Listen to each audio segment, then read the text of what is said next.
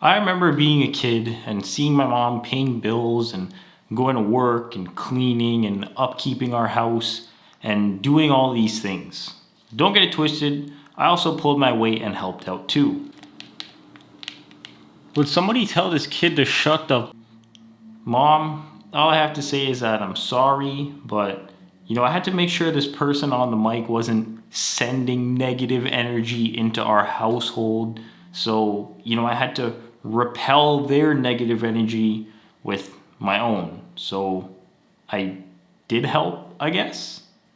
Let me preface this video by saying I'm in no way saying that life is easy, but I do think that we overcomplicate it. Let me explain. See, when I was a kid, I thought adult life was terrible. You had to work all these long hours, you have to pay bills, you have to deal with all these broken things like your car breaking down, your furnace not working, and all the things that adults, have to deal with. And I remember telling myself I never want to deal with those things because then it just seems like life is going to keep going on and you'll never have any time to have any fun like how kids do. This was at the time when we'd be in grade 6 or 7 and basically all we used to do during summer was go outside all day and then come back inside and play Xbox. But over the past year I've come to realize that all the things that make life complicated are just things that we introduce into our lives to overcomplicate it. I talked about this in my Meaning of Life video, which you can watch here, I think it is. In that video, I talked about society-based timelines.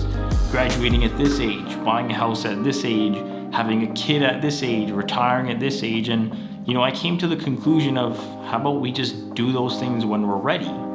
Anyway, I was doing some thinking, like I normally do, and I came to this conclusion. Life is simpler than we think. I mean, think about it. All we need to do is, work, eat, and sleep.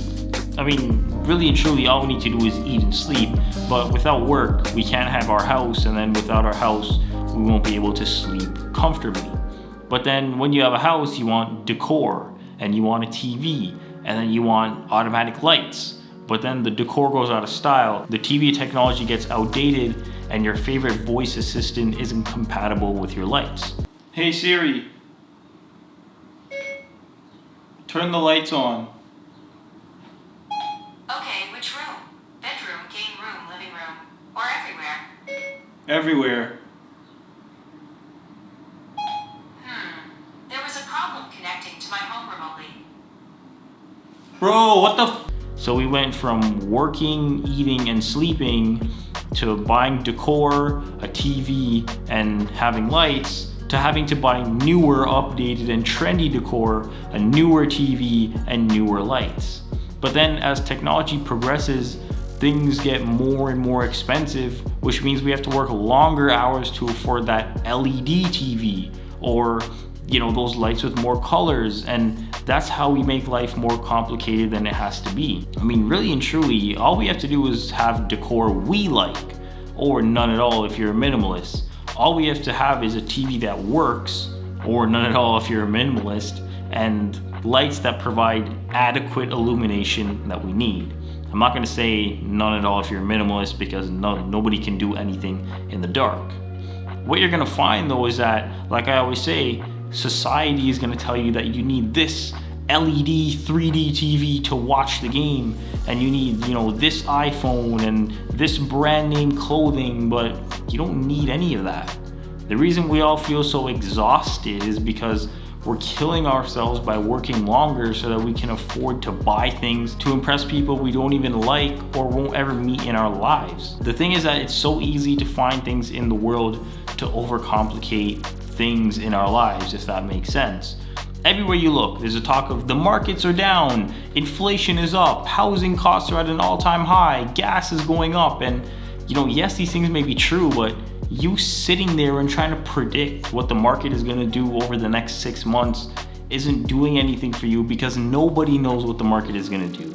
No one knows what housing is going to do. No one knows what anything is going to do. Like I said in a few videos back, which you can watch up here, an asteroid could vaporize the Earth tomorrow and nothing in the universe would even bat an eye. Like it wouldn't even notice that we were gone. Now there is one thing that I want to put into the video when it comes to, you know, overcomplicating life, and it's involving kids. When you incorporate kids into your life, that's definitely a big hurdle, let's call it, to overcome. And you know, that involves buying clothes and buying school items and caring for them, which I hope you're doing if you have kids. But I feel like once you have kids, like you kind of get pushed to the side, and I feel like your life purpose and goals are changing, or they have changed, and they're no longer about you. They're about nurturing and raising and providing for your kids for them to hopefully have a better life than you did. Like that's basically all I have to say about kids, because I don't have any yet, so I have no expertise on the matter. You know, it's definitely easier to live simpler when you're young, because when you get older and you get married and you have kids and you have a mortgage, things and you know, all that kind of stuff, things get real complicated real fast. So just be aware of that. Like if you're young right now and you want to live a simpler life, do it before the big responsibilities take over your life.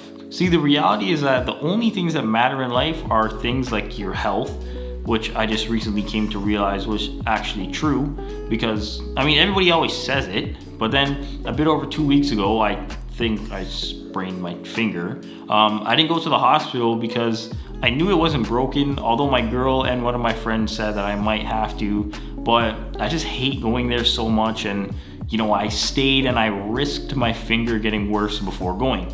Anyway, I went and got a splint and some ointment for it and stuff like that. And I said, you know what? Let's just see what happens if I try a home remedy. And let's just say it was pretty difficult to live with. Showering was difficult.